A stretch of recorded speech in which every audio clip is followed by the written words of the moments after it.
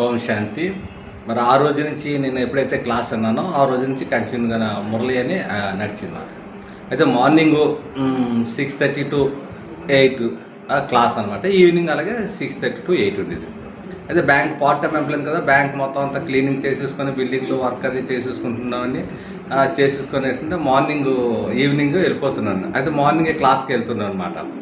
అంటే 6:30 కదా, మనం ఇంకా అర్లీకి వెళ్ళిపోయాను 6కి. అప్పటి నుంచి 8 కల్లా మళ్ళీ బ్రాంచ్కి వెళ్ళి 8 నుంచి మనతో 10:30, 11 వరకు బ్యాంక్లో పార్ట్ టైం ఎంప్లాయ్గా డ్యూటీ చేసేవాడిని, అంతా చేసేవాడిని. సో ఆ విధంగా అంటే ఇంకా డైలీ ఇంకేంటంటే ఆ ప్రాసెస్ నడుస్తుంది. అప్పుడు ఏంటంటే మార్నింగ్ క్లాస్ ఈవినింగ్ వెళ్ళాలని ఉండేది అనమాట. ఇటు నుంచి మార్నింగ్ అంటే కొంచెం అప్పుడు దీంట్లో ఏంటంటే మా గురుగారు పరమాత్ముడు అప్పుడు డ్రామా సార్కి ఏంటంటే న్యూ కాల్లోని మాకు మా మేనేజర్స్ను మా ఆఫీస్ తాళాలు ఉండి బ్యాంక్ తాళాలు ఓపెన్ చేయాలంటే మార్నింగ్ వెళ్ళిపోవాలి. అప్పుడు ఏంటంటే నేను మార్నింగ్ అలాగే వెళ్ళిపోయాను రైల్వే న్యూ కాల్లో వెళ్ళిపోయేటప్పుడు అక్కడ నారాయణబాయి శశికళకి మరి సిస్టర్స్ అందరూ ఉండేవారు. వీళ్ళు క్లాసెస్ అయితే చేస్తున్నారు, కుమారి ఎక్కే సిస్టర్స్ అన్నారు. అయితే వెళ్ళేటప్పటికి ఏంటంటే క్లాసులు వెళ్తుండేవాళ్ళు.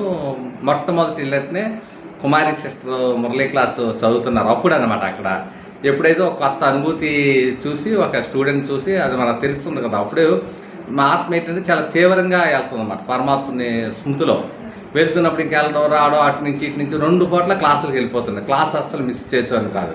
అంటే అంత నాకు తెలియకుండా సైకిల్ ఉండేది, బ్యాంక్ సైకిల్. ఆ బ్యాంక్ సైకిల్ నుంచి మళ్ళీ ఇటు నుంచి అక్కేపాలు వచ్చేసేవాళ్ళు, అక్కేపాల నుంచి మళ్ళీ తిరగేసి మళ్ళీ బ్యాంక్ మళ్ళీ సాయంత్రం వెళ్ళేటప్పుడు ఇక్కడ నుంచి రీడింగ్ రూమ్ క్లాసులో. అయితే మాకు డైలీ మళ్ళీ వెళ్ళేటప్పటికి ఏంటంటే మాకు సీతక్కి గారు చదువుతుండారు.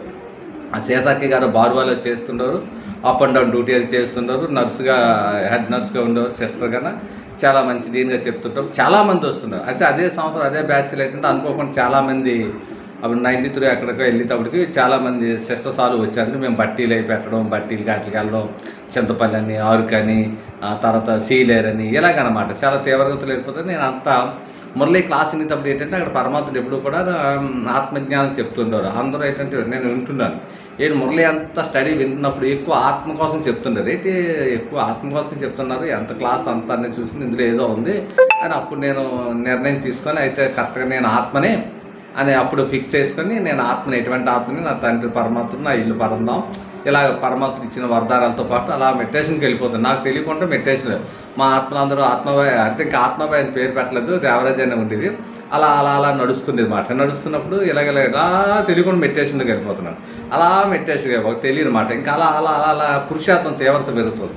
ఈ తీవ్రత పురుషార్థం ఎప్పుడైతే పెరుగుతూ ఉందో ఇంకా డైలీ వెళ్ళడం రావడం క్లాసెస్ అవుతుంది. బ్యాంకులో కూడా ఇలా మారిపోతుంది, తనలో ఏదో మార్పు వచ్చింది అని